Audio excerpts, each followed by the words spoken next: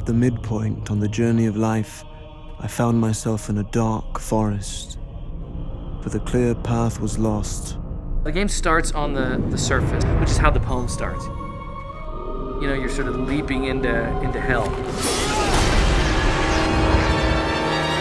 When you jump through that door to follow the devil and your fiance's soul down into the depths of hell, that's the moment where our Alice jumps through the rabbit hole.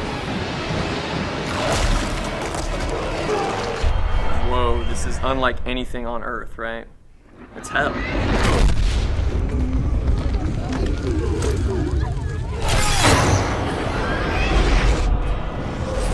Divine Comedy was written in the early part of the 1300s by a guy named Dante Alighieri. He spends his life dreaming about a woman that he loved named Beatrice, who he never got to be with.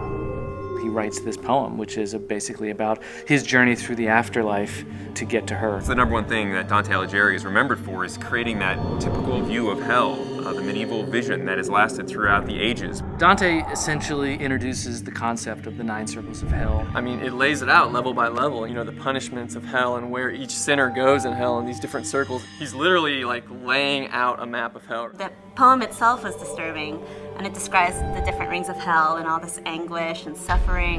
And I think that's also one of the most appealing aspects of it.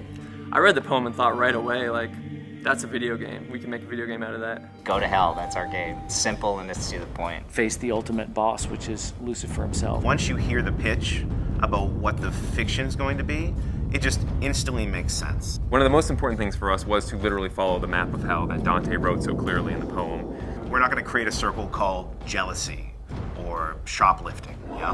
We're going to go with the circles that are actually in the poem.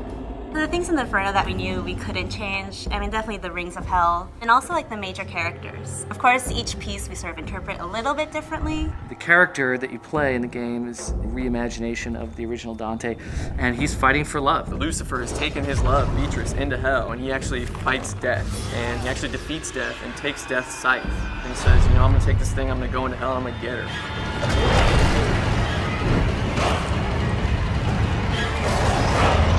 Facing some of the most insane monsters that hell has to throw at him. He's got to be kind of an over-the-top action hero.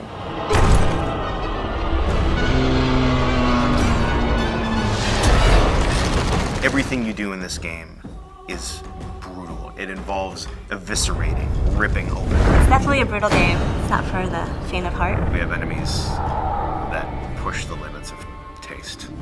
Kind of be like, oh, dude, you see that? I want that moment, and we're working our butts off to deliver that. The first thing you hear when you come into Limbo for the first time is screaming. Right away, he sees like shades falling, screaming, you know, as they fall in, they're screaming, and you know, from moment one, you know you're in hell.